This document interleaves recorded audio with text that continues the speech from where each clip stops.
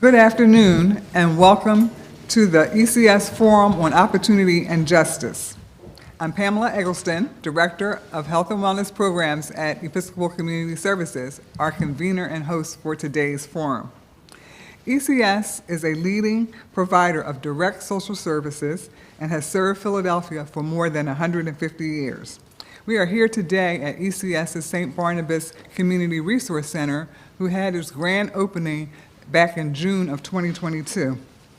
At St. Barnabas, we offer an open food pantry, workshops and coaching in the areas of health and well-being, finances, education, employment, and housing. There are community meeting spaces, computer labs, and we have partnerships with organizations such as Episcopal Legal Aid, Career Link, PCOM, and Malvern Community Health Services, one of our panelists today. And we continue to grow. So we are so glad to be here today with you. Our topic today is the stigma of mental illness and how we can connect treatment to communities of Black, Indigenous, and other people of color. Addressing stigma of mental illness is important at any time, but never more important than now. The collective trauma the nation has experienced, especially under-resourced communities of color, during the pandemic impacted mental health profoundly. Long periods of social isolation, economic uncertainty overwhelmed many adults, particularly those who were experiencing mental health challenges. At ECS, we use a holistic approach to services. We use a model called Mobility Mentoring, the Bridge to Prosperity. The bridge has 5 pillars: family stability, health and well-being, financial management, education and training, and employment and career. Mental health is a part of the bridge under health and well-being pillar. At ECS, we believe addressing mental health is a key component to economic mobility. The communities ECS serves identify accessing culturally appropriate mental health resources as one of the findings in our 2021 Community Needs Assessment. So through this forum, we hope to help our audience members understand how culturally competent mental health providers of color can effectively serve communities, as well as suggest ways to address or overcome the stigma of mental health in low-income communities of color. We also plan to discuss how community members can access mental health services right here at the St. Barnabas Community Resource Center. So now I will introduce our panelists for today. We are excited to welcome Andrea Ashman, Outpatient Supervisor and Acting Director at Malvern Community Health Services. When a person experiences traumatic or severe life stressors, it is not uncommon for their lives to unravel. Andrea's work is dedicated to helping people develop healthy relationships and productive, satisfying lives. Andrea's great passion is bringing healing to people who have been through traumatic, stressful experiences or experiencing depression, anxiety, or a difficult situation. She helps adults and families to find healthy perceptions of themselves and strengthen their relationships so they can know themselves as peaceful, complete, and safe. Andrea knows there is not one single approach that is right for every individual. With that, she has specialized in working with a diverse client population and takes a client-centered and family-focused approach to ensure patients' emotional and mental well-being is always forefront. Her educational background includes an associate's degree in biblical studies, a bachelor's in human services, both from Geneva College, and a master's in social work from Widener University. Welcome, Andrea. Hello.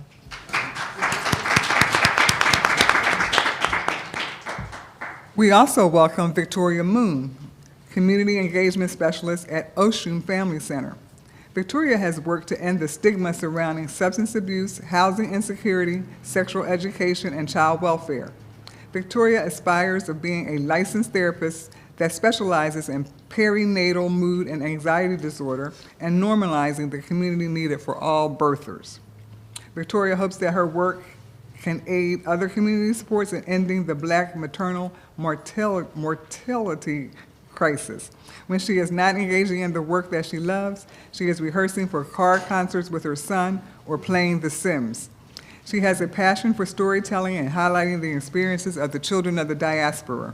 Victoria utilizes multiple theoretical practices and real-world examples to aid clients in living their most authentic purpose.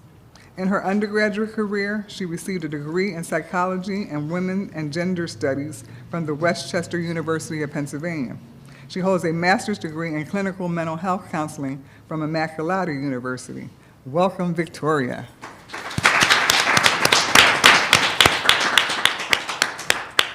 Lastly, we welcome Douglas Reed. Douglas is the current executive consultant with the Black Excellence Festival, a festival that is held each year during the Father's Day Juneteenth weekend in Atlantic City. The festival provides a positive impact on Black America by providing tools, information, and resources to navigate and address critical issues within the community. Douglas is also the former director of partnerships at Black Men Heal, where he assisted with the development and implementation of programs that align with the organization's mission. His commitment led to the organization's virtual free space, King's Corner, which averages 35 men on a virtual call every week. He also toured with the co-facilitator, Reginald Howard, on the Black Men Need Hugs tour, which had stops in Baltimore, Chicago, Atlanta, Philadelphia, and Charlemagne the God's Mental Wealth Expo. Douglas is also a retired senior non-commissioned officer, Army reservist, and correction officer who believes that if you can reach youth at an early age through mentoring and education, you may be able to prevent them from becoming involved in negative behaviors that can lead to involvement in the criminal justice system or incarceration. Douglas is a mental health agent and advocate. He believes everyone can tell a story, but everyone can't share a story. The sharing of his story allows other men to share and create a safe space. Welcome, Douglas.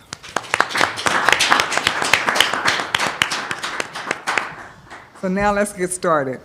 One of the remaining taboos in many communities of color is the stigma around mental illness. Whether it's depression or anxiety, or worst case scenario, suicide, there's just this belief that in these communities, such concerns are taboo. Though communities of color, because of social economic challenges and other traumas, may be at higher risk for poor mental health, this stigma contributes to a reluctance to recognize the need for the help of a professional or a therapist. So panelists, what has it been in your experiences that contribute to the reluctance of ones to seek professional help when they're experiencing mental health challenges? And I'm going to start with Andrea. We'll do a round robin.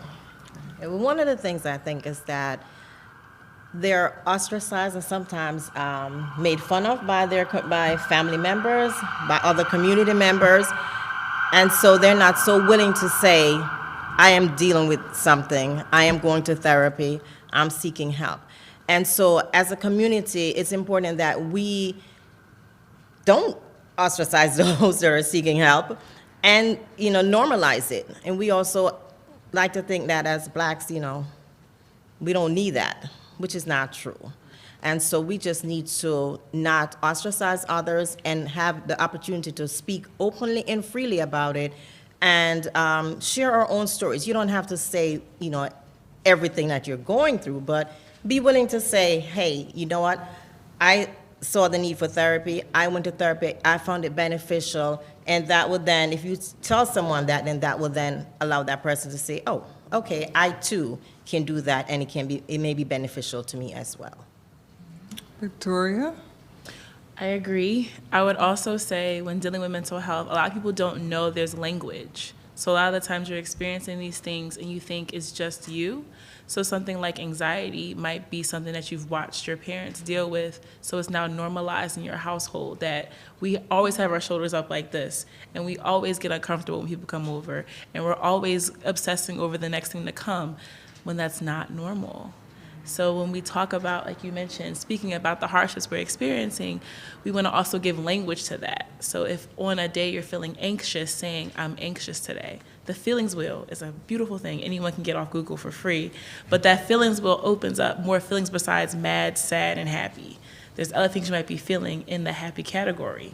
Like I might just be content today, and that's okay. But I don't have that language to say that. Okay, thank you, Dr. Douglas. I definitely agree with Andrea and Victoria. I think my experience, especially with black men, even as a black community, is we have to feel safe. One of the things based on our communities and things that we've been through, racial profiling, the stigma around mental illness, but I think we never really had opportunity to feel safe. And if we're not feeling safe, then we're not allowed to talk about the things that bother us, the things that, the traumas we've been through. You know, I look in this room and I don't see a lot of men, and I think the men that actually come. And this is one of the stigmas, because, you know, when you talk about therapy, you talk about mental health. You know, I know when I first went through therapy, I thought I was actually going in the office to lay on the couch, you know, and talk and, you know, take notes. So there's that stigma, but when you find out and you start to, and we realize, you know, like I said, in my experience, you realize a lot of your traumas or the things you've been through happen at an early age when you were a child. So you have that tendency to carry that for so long and never be able to talk about it. So when we talk about this thing around mental health, I think we need to talk about creating that space or an environment for us to feel safe. And then we're able to open up, especially in our communities. Now we're able to open up and tell you some of our fears, you know, whether we're gonna, you know, like you say, we talk about it or fear or flight, you know, but I think creating a safe place for us to even have that conversation is vitally important. So I heard you all mention the language that we use, and so we've heard the term mental health, mental illness, behavioral health. Is there a distinction, and does one way is more stigmatizing than the others? And when you say illness, if we talk about illness and you're talking about cancer or diabetes or hypertension, well, that's pretty much acceptable. Okay, yeah, I'm ill, I have diabetes. But if it's mental, is there a distinction there, you think, that prevents people from seeking treatment? I think, like you mentioned, it's the stigma. So if I say I have a hypertension in our community, many people have hypertension. Right. That's something that we can see. We see that grandma isn't as peppy as she used to be, or may not cook dinner on Sunday anymore because of she got gout or she has, you know, high blood pressure. But if grandma has depression, what does that look like? What is that experience like as the family sees her? We've been taught to pray it away. So speaking culturally, that's something that we seek out as a culture. We've been told to seek out. But when we talk about that, we also negate the generational trauma that comes with that. So I have to acknowledge that my great-grandmother didn't have therapy or mental health in her language deck. She didn't have, I need to speak to someone about this. Right. She may have been, that may have meant survival. So speaking about being depressed one day could be make or break for her, as if she couldn't pay the bills or she couldn't be welcomed in the home, or that could mean not being able to take care of her children. So I definitely recognize that my generation has the luxury of saying these things and the privilege to say, I'm struggling with my mental health, whereas I know my grandmother does not and did not. So I think when you mentioned like the difference is your anxiety can impact your physical health. So if you're not dealing with your anxiety, you can experience high blood pressure. That could be something that comes about because it's not being addressed. So once it gets that severe, I think people are more accepting of talking about therapy or talking about going to seek out help. But a stigma that comes with that is something's wrong with me. So even saying so-and-so's bipolar versus so-and-so is struggling with bipolar disorder is huge. Because no one wants to be, I don't want to be the person that has depression. I don't want to be depressed. But if you're saying I'm struggling with depression, it's different. Whereas I'm not the problem. So even when we give these diagnoses as mental health professionals, we have to be aware of how the common person takes that. So I know that if you're struggling with depression, it's not something that you're choosing. No one chooses to be in bed all day or to withdraw from family or activities, but that happens. So when I say, is it hard for you to talk to your family? Is it hard for you to eat every day? Is it hard to get dressed every day? We talk about the symptoms that come with these diagnoses. It's a little more palatable, I think, for the community to say, okay, maybe I do want to talk to someone because I do know what that feels like to not want to get up. Right. And I think it's so important too, when we start talking about just the language in the education. I'll talk more about the mental health awareness rather than mental illness or things of that nature, only because, mental health, I was just talking to Victoria, like, it's become a buzzword in the last 3 years. And mainly that was, what we experienced around the tragedy of George Floyd. Like, we experienced that.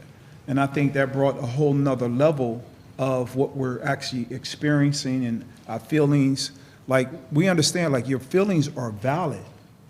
Sometimes they may not be adequate, but they're valid. And now we start to take into account, like, one of the first words I learned around mental health was cultural competency. Cultural competence. I was like, oh, wow, what is cultural competency? They was like, well, seeing a therapist of color. And I was like, oh, okay, well, that makes, so I started to learn certain words, and you said it. Now, this generation, now we can go to Google, we can Google these words to find out exactly what we're dealing with. And I think that's a big part of it, because I think we have to take it to another step. At whatever level, whether you're at a layman's level or whether you're, you got a JD and a doctorate and something, but we have to be able to communicate the language, even in the layman terms, for everybody to understand. We can go to different functions and they talk about mental health and be sitting in a place and not understand a word that was said because of the language that they use. So even on both sides, there's got to be a happy median or education about mental illness and mental health awareness to really get an understanding of what you're dealing with. Like I said, me personally, I dealt with a lot of different things for a number of years, depression and PTSD. I got that in being in the military, and I dealt with that for a long period of time. And until I was able to be vulnerable with my actions, with my emotions, and that's why now I go out and speak, because I became this example of people to see. And other men, they identify, and I understand that, because I'm truly am really on assignment, for all of us to get an understanding. So I think the education and understanding the terms that are used are very important. And is it how we promote it? Because again, looking at our brochures and everything, when we say we provide mental health, does that, I don't want to be seen going there because I don't have a mental health problem. I don't know if that's something that's in our minds, just what you all are describing. And generations where, we say, oh, crazy Uncle so-and-so, but we don't identify using the proper language. And then that there is a path, just like you would go to see an endocrinologist for diabetes, you can go see a therapist for mental health. Yeah, because crazy was the mental health word. You know what I mean? Like, it was like, oh, your cousin, why is he walking up and down the street talking to, oh, he is crazy.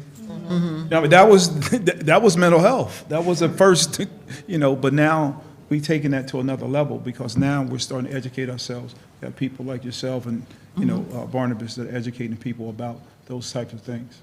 Right. Okay. So thank you for sharing. So a few statistics. According to the National Alliance of Mental Illness, approximately 1 in 5 adults in the United States experience mental illness in a given year.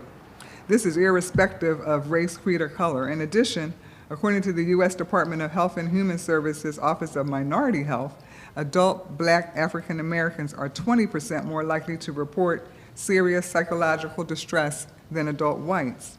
In spite of this, African Americans are less likely to seek treatment, or if they do, they end treatment prematurely. In your all experiences, would you say that's the case? That they end prematurely? Really? Yes, or don't even seek it if they're experiencing psychological problems. Absolutely, and I think that goes to what we started out saying, with the stigma and how, as a culture, how we speak about it. Typically, like, we do this with any illness, just about. If we start to feel a little bit better, we're good. So there's no need to, continue. But I think it's important for us to understand that it's not just about feeling better. It brings about, there has to also be a change in behavior. So I'll use the example you used earlier of an endocrinologist. You're going because you have diabetes, you start to feel better, but you're still eating, you're not maintaining the proper diet, it's going to go back. And the same holds true for us, is in that we will learn behaviors, learn different ways to handle things, and then we need to put that into practice. So when we don't, then we repeat the cycle. And if we stop because, oh, I feel better today, but tomorrow something, a tragedy comes about, or something happens in life, it will knock us right back because we have not yet developed the skills we need to be able to handle those situations. And I think too, I'll always go back to the trust, because we don't trust the system. I mean, think about the disparities within the healthcare system. We don't trust the system, so we're not going to avail ourselves to actually trust it to really get the treatment that we need. I mean, like now, you got the new 988 call. Dial 988, that's the mental, new suicide number. We didn't trust 911. You know what I mean? So now we're talking about something with 988. But once again, it's a level of trust that we have to be able to trust these systems. And I think the more and more that we talk about it, is now we're starting to develop a level of trust. Then I think those numbers are actually change. Because now we're able to talk about it, we're able to trust these systems that they have in place. And those systems have to be proven. I mean, that's one of the things when we start talking about how mental illness affects the Black community, because there's not enough studies out there to actually give us the statistics on it. You get the major organizations doing it. Even I go back to Black Men Heal, like we got the statistical data about certain data in reference to Black men. Everybody needs that data because they didn't study that. You talk about the APA, the American Psychology Association, those numbers weren't geared to really study the African American. They wasn't. So we're not comfortable enough, and I think there's years to come for us to be comfortable enough to trust the systems. And if we trust the systems, then we'll allocate our time and our resources, or going through those therapy, or going to seek the proper treatment. Would you all say that you are seeing an increase in people of color coming in for treatment? Yes. So as a practicing clinician, all of my clients are of color. And I want to say two things. One, coming to therapy, many people don't know what therapy is. So just because someone may have a diagnosis doesn't mean that you come into this room or you log into this app and there's this person who's an expert on your life. I tell my clients all the time, I'm not an expert on your life, because I'm not. You're the expert on your life. I just happen to have this fancy degree that came with all these great terms, and I can give a thing a name, and having a name for that thing is healing for you. And having some action steps that we can use, because I know you need to be in nature. That might help you with your anxiety. You need to ground yourself. I have that language that I can pass along to you to help you get through your day or make your day a little easier. Those who are coming into care, when it talks about people not continuing that care, therapy is hard. And I say it's hard because I'm going to talk about the lack of boundary you have with your sister. I'm going to talk about the fact that you keep repeating this cycle with these individuals that you're seeking out because they remind you of your mother. I'm going to talk about those things because I'm non-biased, because I don't go home with you, and I don't see you on Sunday at church, and I'm not shopping with you at the grocery store. I don't see you outside this space, so I get to say certain things to you out of care. That's because I'm here because I care. So out of care, I get to acknowledge some things that people in your life may let slide or may benefit from. And that's uncomfortable. So some people, once you get to a certain point in treatment, you're like, I can't cut my mom off, even though my mom makes me feel unloved, even though for years she's reminded me that I'm worthless, even though for years I feel uncomfortable in that space. I can't remove myself from those spaces. I've been there so long, and I can't do that. And that's not to say in therapy we're going to kick you out, but I'm going to keep bringing it up, because if you keep bringing up that your back hurts and your neck hurts and you don't know why you keep getting headaches when Christmas comes around, I might say, well, I've seen last year around this time you got headaches and you stopped eating and you started losing your hair because you have to go in this environment. So when you experience those things, while though therapy is great and beneficial, it's work. Just like if you're going to the gym and you're working out, you're going to hit a plateau at some point and you're going to wonder, what am I not doing right? Maybe setting that boundary you need to set with that person in your life who doesn't make you feel good. And it's not fixing. We're not there to fix you. Yeah. I appreciate you bringing up the fact that some people don't understand what therapy is. And so what was it earlier? You thought you were going into literally lying someone's Lay on the silver, couch. right? And that's not the case. And so, because we don't know that, we don't know what therapy is, we don't go in with a good mindset, because we're thinking it's going to be one way and they're going to tell me what to do, they're going to fix me. I've actually had people come in and say, fix me. Oh, no, I don't fix. And that's not what I do. So I think that also speaks to it, being able to articulate what therapy is and what to expect when someone walks into the session, or now we're doing a lot virtually, when they come on screen, what to expect from the therapist, and understanding that we're not there to fix, but we're there to take that journey with them and, help along the way. I think that's a good point when you made that distinction, because if you have hypertension or diabetes, I guess you are expecting the physician to fix that. You're going to give me a pill or something that will correct that. If I have a broken leg or arm, I'm going to seek care, but it's going to be fixed in some way. So that is a good distinction that you've made there. How are, I guess the same follow-up question about how are you all addressing that? And when you brought up George Floyd and everything that's happened since 2020 and all the traumas, and you mentioned 911 and the difference between 911 and 988, that people don't always trust, and this whole conversation about reallocating money for more mental health. So sometimes when a 911 calls, it could be someone in crisis, and then that's mistaken for something else. And then it leads to all these other terrible things.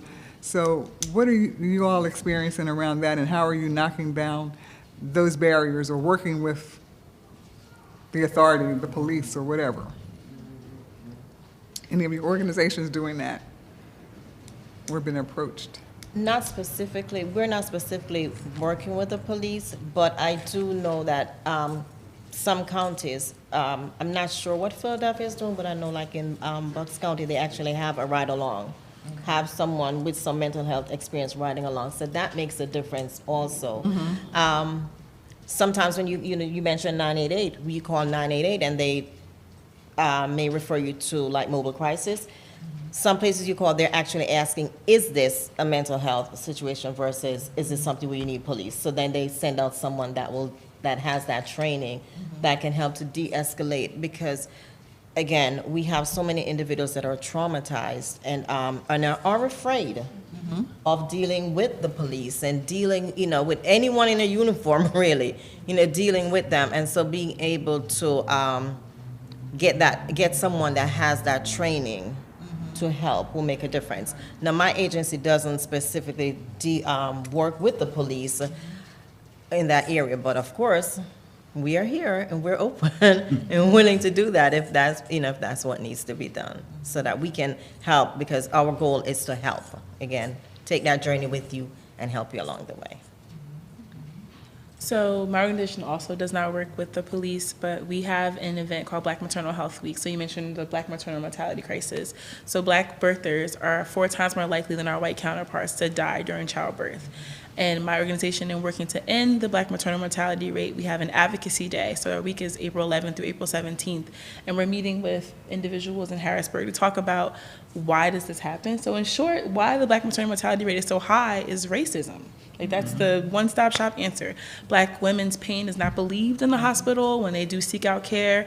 If, like you mentioned, someone in uniform makes you uncomfortable, if I'm coming into a space and I'm being as vulnerable as giving birth, and you're poking and probing and not acknowledging my family in the room, I'm probably not going to come back to you when I am in crisis or when I am uncomfortable. So on days like Advocacy Day, we're meeting with those who we've elected, our elected officials, to say which laws are going to make birthing in our city especially safer, and what language needs to be utilized in making that birth safer and making sure that baby and that birther gets home together. Yeah, and I really just think it has to be legislation that's passed. I don't know I think it was the HR maybe 1475, but equity in mental health. But I think legislation has to be passed first. Then I think it's also even, as we talked about organization or police organizations, the continual conversations, the continual panels, the continual forums. I was recently on a panel here in Philadelphia with the SOCI Foundation. Their foundation believes in decriminalizing mental illness.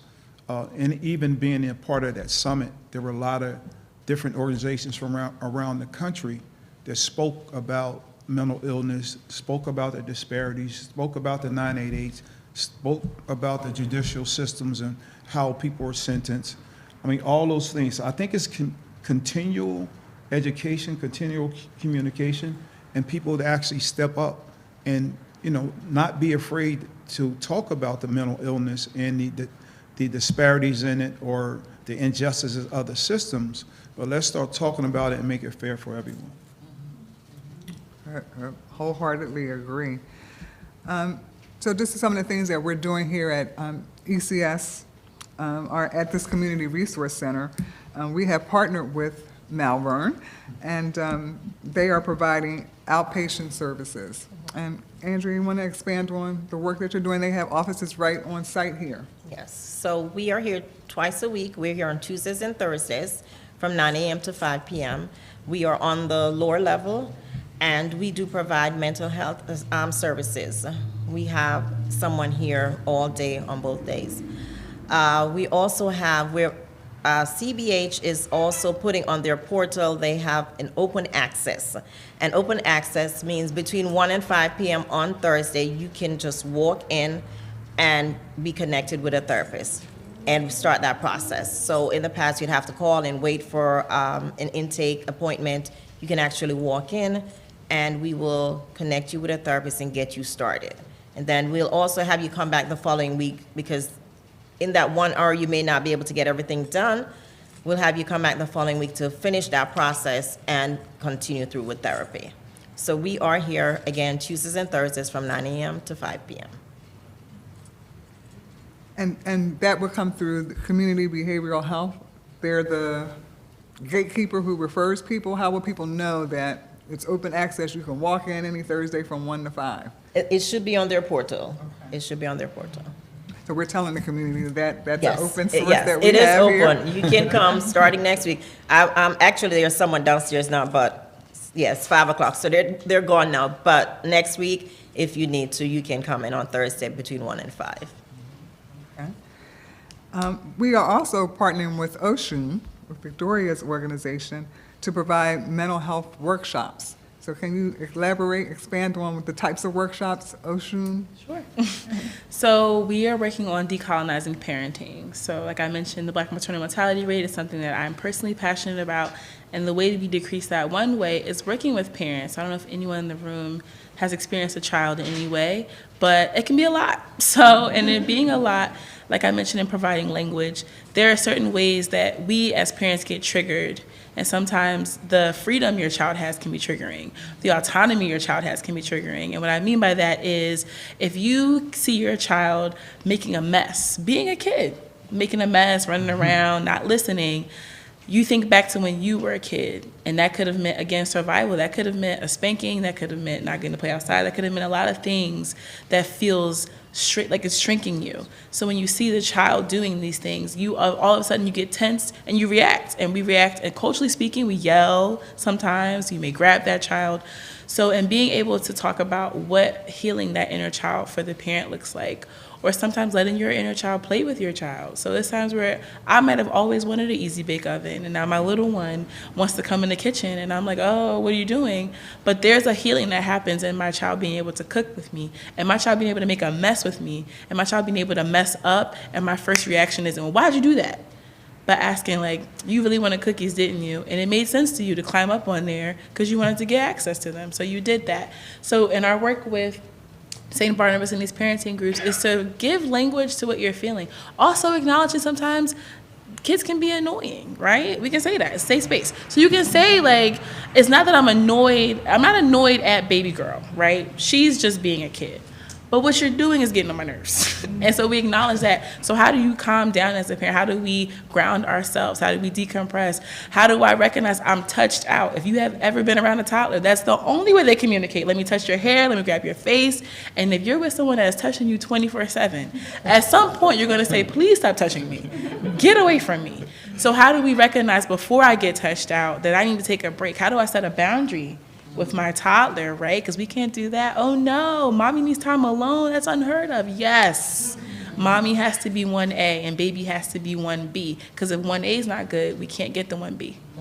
So we're talking about things like that in the parenting workshop. And Douglas, I want to go back to your former employer Well, and no, talk about that King's wanna Corner. I want to throw a plug out there, because one of the things, of course, working with Black Men Heal, giving them free therapy, but I've transitioned and working independently in a couple of different ways. So I'll throw a shameless plug out there in regards to something that I do, and I was talking to Victoria about it earlier, because everybody's not going to go to therapy. Especially in our community. I know we can say it, we can preach it, but everybody's not going to go. And one of the things that was most beneficial to me in my own personal study was the 8 dimensions of wellness.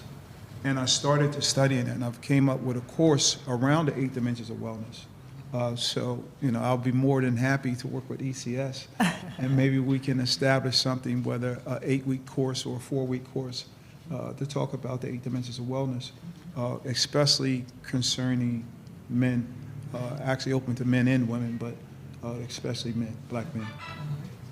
So you're King's Corner with the 35 men logging on a week. So you probably get into some really deep conversations there. Does that lead to some of them actually seeking therapy? Yeah, it does, and it goes back to, like, in that space, we were just able to, even as a therapist or even as a parent, if you're able to communicate with your child, a lot of that is just active listening. Being able to listen for them to express themselves. And that's what happened in that virtual space. Like, we'll have a subject we talk about, could be depression or anxiety or mass incarceration or divorce. But when we open that topic up, and then allow for the men to respond on their personal issues, it just let the dialogue just open. And then one thing about a man, you already know, if he's talking sports or if you get to talking, he ain't gonna stop. And it opens up for a lot of dialogue, and it's like a domino effect. Everybody wants to, start talking. Actually, we have to tell them we got to go. We got to shut it down. But and that was the thing, creating that safe space for A them. safe space. Is cost a prohibiting factor in folks seeking therapy, in y'all opinion? Yes, because depending on insurances that people have, there are co-pays. And if you are already struggling in other areas and maybe not employed or not, you have children and, just life, sometimes those co-pays are high, and that's a deterrent for therapy. And at Oshun, do you all use a sliding scale, I believe? Yes, so we do have a sliding fee scale, and it's not like someone has to check your finances or someone needs to get a credit report from you. But we base it off of just honesty. So if you can't afford, so our least expensive session, I believe, is $70 per session. And we also have interns. And I don't want you to think like, oh, the interns, like I don't want an intern. But interns are individuals who are currently in school and they have to have a certain amount of hours in direct service. So they're utilizing this time to sharpen their skills. These are also individuals who are like very by the book, who can tell you like, you are at this level of human development and it means this, and that is why you're in this phase of role versus role confusion. So these individuals are very passionate about the work that they do. So we're able to offer that sliding scale fee so that those individuals get their training, but also these are still clinicians. Like I don't want to make it seem as though they're just these bright-eyed, starry-eyed individuals, but these are most of the time people who went to school later and they have the life experience and now they just have the education that gels so well. So we talked about providing like racially concordant care, and that looks like, so I talked about decolonizing parenting, but also decolonizing therapy. So we talked about having some old white man textbook that's telling you that this is what this is. I have to take into account that anxiety and depression looks different on my Black women. And they may show up as guarded, or they may show up as hard exterior when she's anxious and she doesn't like being in social settings where there's too many people because that's unsafe for her emotionally. So we offer these things as a way to break that barrier, because finances they impact it, but also too, our clinicians are also people of color and they need to be compensated, and they have children or they have a life they also have to maintain. So it's definitely a hard two-way street to be on, where you want to make sure you're providing care and you want to make sure it's accessible, but you also have to eat. Right. Yeah, and if I could just comment on that. I mean, we talk about Black men. Black Men Heal actually gives free therapy. So you can imagine the waiting list is long in 8 different states.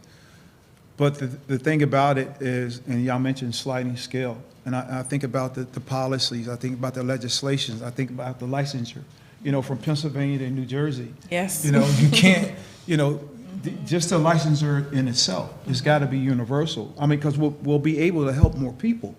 You don't have to get all these different licenses in all these different states, and I think they're working on something. Yeah. But, that presents a problem. If it's universal, then, we got telehealth. Now you can see somebody in California or whatever the case is. So that plays a big part of it. That's when we talk about this legislation piece. We got to get this legislation in order to make it equal for everybody to have access. And we won't even talk about the insurance companies. I mean, that's a whole different That's a whole animal. conversation. But once again, those are barriers for us.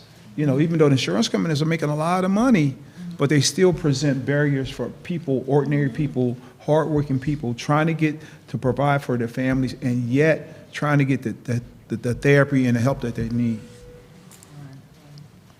On the topic of access, I've heard in different conversations that there's a shortage of clinicians, particularly Black clinicians. What are you all seeing regarding, following up with what Douglas just said, the demand and the ability to match them with a culturally similar therapists? I think, being in this space and working, I'm not a therapist, but I've got to know some even so-called celebrity therapists or Black male therapists are doing some great things, and they're overworked right now. They're overworked right now. I know even organizations. I mean, we got to get in these colleges to reach out to these I say kids, but these college students, to make them aware about the opportunity within this particular field, because there is a shortage, a big shortage of Black clinicians and therapists throughout the U.S. And I think more and more, like I said, as we talk about it, but going into these schools and letting these students know about, how they can earn a living. And we didn't even talk about it, but the toll that it plays on a therapist. The amount of clients they're seeing in a given day. Right. Therapists need therapists. Right. What I mean? We don't talk about that enough. But there's the shortage there. We got to make sure they're taking care of themselves. Right. They have the outlets to be productive for everyone else. But there's definitely a shortage that I know. Yeah, definitely a shortage. So, like we mentioned, the obstacles in becoming a licensed clinician, right? Not even just being a clinician in general. So you go to grad school, you take your classes. To be licensed, you have to pass an exam. It's called the National Counselor Examination. And that is a 4-hour, 160-question exam that once you pass that, you then also have to, whatever state you're going for licensure in, you have to have that many hours. So Pennsylvania, you have to have 3,000 hours of direct service with a client to then be approved to be licensed. That process, like you mentioned, having the therapist have therapists, is not easy. It's not easy to hold space for someone and hear these stories. It's not, like, as someone that does it, to make sure you're holding it in an authentic way. So many therapists are burnt out. And if you're seeing 15 people a day and you're hearing trauma all day long with very minimal breaks, a lot of therapists, a lot of Black therapists also don't want to work for big corporations, because I have to see 20, not me, but you have to see 20 plus people a day, and there's little breaks and there's not much check-in, and you might not be getting supervision. So you don't have anyone to talk to about these things. So all these things become barriers. So where if you're doing the work, I know clinicians who've practiced for 4 years and said, I can't do this anymore because my mental health is suffering. And they have therapists. So when we talk about that, I think we have to, again, talk about what is therapy and then make sure that the therapists are taken care of. Like those who are doing the work, we can't say to people, we can't say to the youth, oh, go to school and be a therapist or go to school and take care of your community, and then we pay them $40,000 a year. There you go. Right. That's not gonna make someone wanna jump up and let me take on the fight. Also, let me heal a community that I didn't hurt. We have to talk about that. Right. Because that's a lot to expect from someone to say, you have to now go in and you have to fix this problem. That's a lot. That makes you not want to do it. Right. It's very hard work, very hard work. Yes. All right. Well, a big thanks, and you've given us plenty of food for thought about the stigmas, how we frame it, the language we use, how people come in for treatment, and hopefully we've given you a little bit of insight on how we're working to really destigmatize treatment for BIPOC communities. Before we take some questions from the audience, I just want to ask one last thing, and you kind of opened that door, Douglas. Name one thing that all of us can do to help, especially on the advocacy side now. We mentioned licensure, but what else can we do so that there's not this stigma and people who need help seek it? I mean, I go back to, you said in my bio, everybody can tell a story, but everybody can't share a story. So when we take into account what we've been through or what we experience and being able to share that story, that's when you see the impact. That's when you see the results, because there's somebody out there that has been through or going through the same thing that we've experienced or you've experienced. I would say speak up.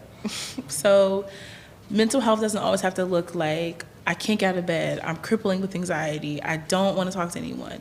Sometimes when you're feeling off, there's a word for that. We mentioned language a lot tonight. So speaking up about those things when you don't feel comfortable or when you're noticing something or when you're yourself experiencing symptoms. Douglas talked about PTSD, post-traumatic stress disorder. You don't have to only be in the military to experience PTSD. A lot of people growing up in a neighborhood like this is experiencing PTSD. So you get anxious being in crowds. You hear a loud sound and you jump. And you don't have to be military to experience these things. So when you notice that or when you're seeing that, if you know what it looks like and you've noticed someone, their mood has changed or the way they interact with you has changed, saying things like, have you talked to someone? There's resources out here. There's mental health services at St. Barnabas. When we say mental health services, it's a big umbrella. Like, okay, what's going to happen? I'm going to go here. But just talking to someone. I have a lot of people who say, I just need to get it out. So majority of my sessions are people just getting it out. And it's nice to get it out and have someone say, girl, me too, because last week no. It stops right there. This space is all about you. It feels good to know that there's somewhere I can go once a week for 45, 50 minutes, an hour, and only I am the subject. I am the subject of that situation. No one else is going to chime in. No one's going to tell me what I should be doing. No one's going to tell me why I didn't listen. No one's going to tell me what their homegirl said. This isn't going to go anywhere else. That in itself is healing. And then I would add to that, speaking up and advocating for better pay. We alluded earlier to the licensure and what it costs to, just maintain that. And if you're in multiple states, maintaining it in multiple states. But even as a therapist, even if you're not seeking licensure, just being able to come to work, you have already paid however many thousands for your education, and then you come to work to earn $40,000 or less, and then you can't even afford to live. So if there's a job out there, even if it's not something you're interested in, if it's paying more, now you're chasing money and not doing, something that's really beneficial to the community and something that you're passionate about. So I think that's another area where we need to speak up and we need to advocate is for better pay. All right, thank you, panelists. And now I'll turn it to the audience. Are there any questions from our audience? Yes. I don't really have a question per se. I just wanted to say I can account to how it gets on the Black Man Hill Zooms.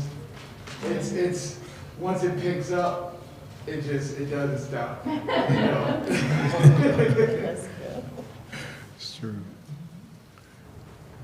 Any other questions or comments for the panel? Yes. Yes. Just on the advocacy level, is there anything right now that is on a statewide level or national level that some of these legislative agendas that we could participate in, or that you as a group are coming together to push forward at the state level? No. I know for me, and I'm amazed a lot of times the phone calls I get. I was on a phone call today with a guy from a new nonprofit organization, Good Life Movement, and he's focusing on mental health, he's focusing on prison reform, he's focusing on veterans, but he's focusing on the legislation part of it. So I would, maybe that may be an alternative for you. Good Life Movement, I think it is.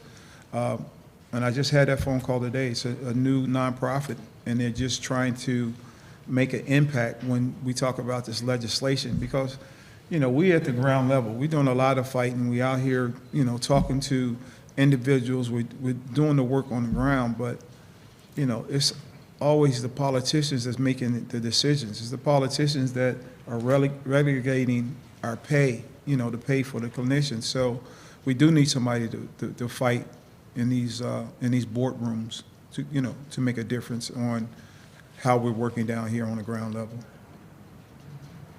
So like I mentioned, Black Maternal Health Week is something that I'm personally involved in. It starts April 11th to April 17th of this year.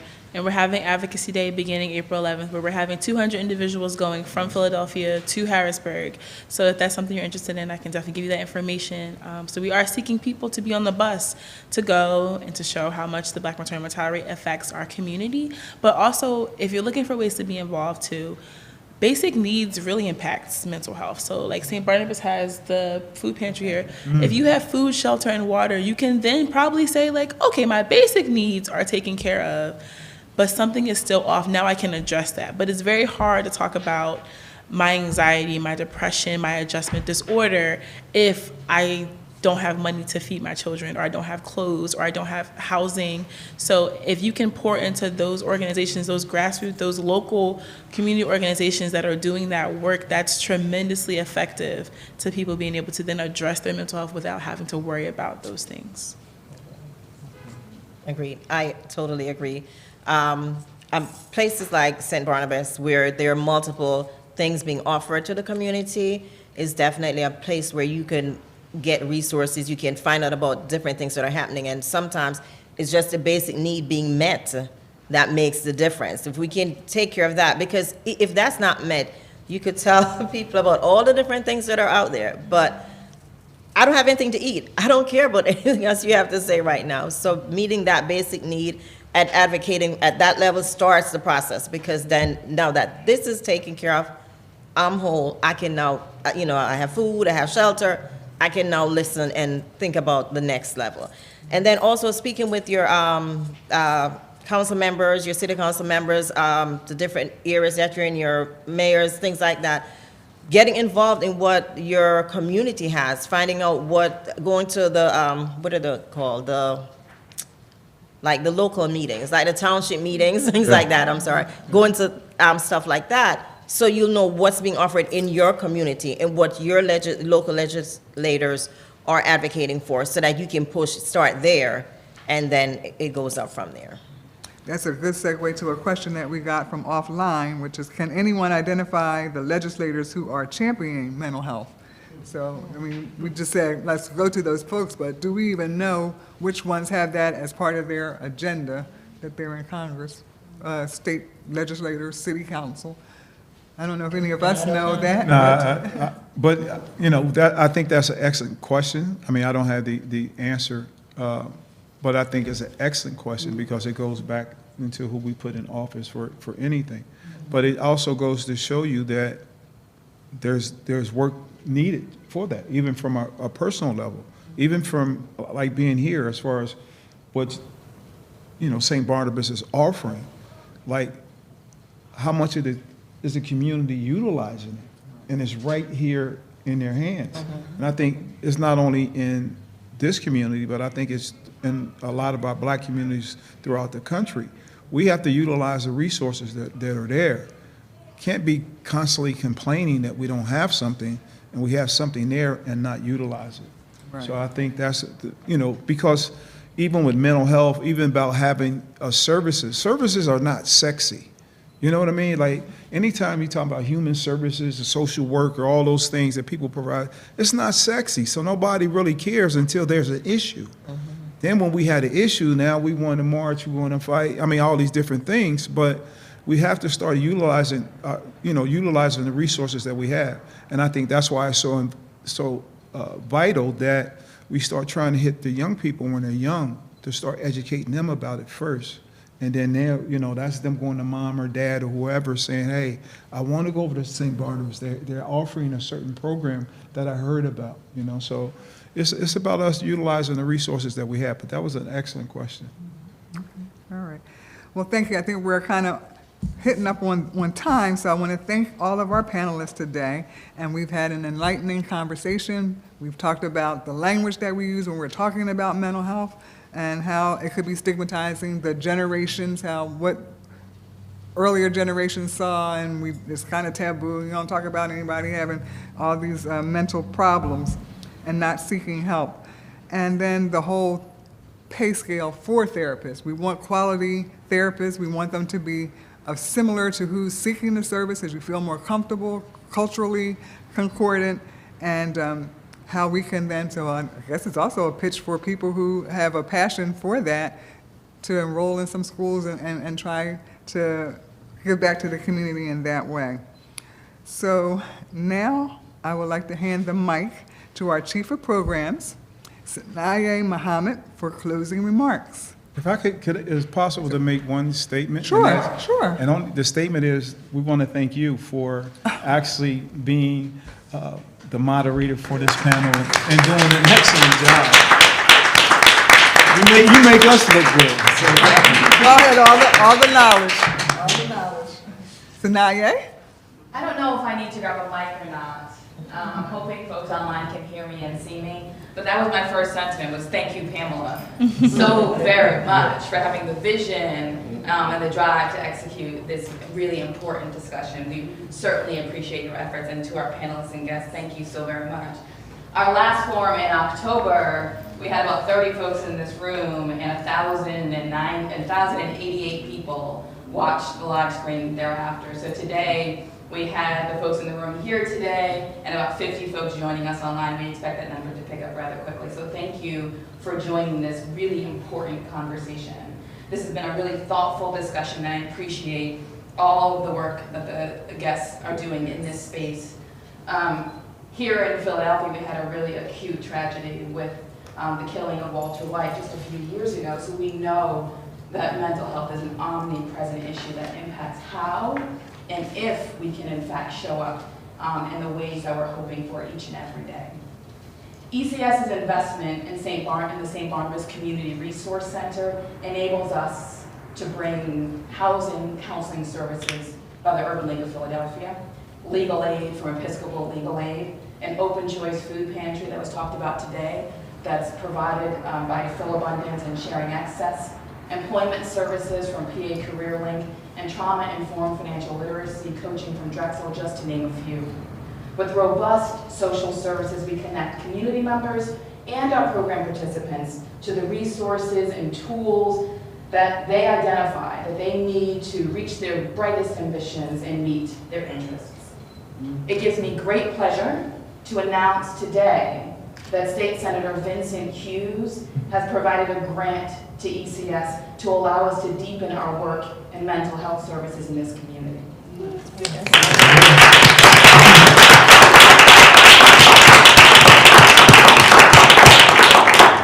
When our offline comments said, well, who's hip to that? I thought, oh, I know someone. So his office has really provided ample support to us. So Malvern Behavioral Health has long been an anchor partner for the work here at ECS, the St. Barnabas Center, and they're able to provide services to folks who are in Medicaid. To close the service loophole, ECS will partner with Ocean Family Center to provide mental health workshops, and another, yet soon to be announced, culturally competent mental health provider of color will offer in-person and telehealth appointments into individuals at no cost to them because of State Center refuses investment in this program.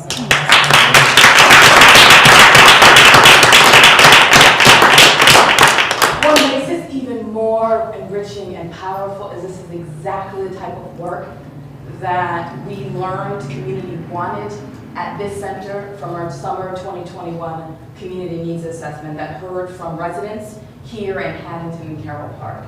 So this is our entreat to community members who come into St. Barnabas all the time to use particularly our food pantry that welcomes up to 50 people a day. We're here, we're investing, and with legislative support, we're continuing to enrich the services that are needed so that people can be stabilized to then invest in their mental health.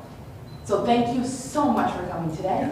We'll close the doors here and then invite folks who are here in person, sorry folks online, to some drinks and back to welcome you all to the reception. So thank you so much today.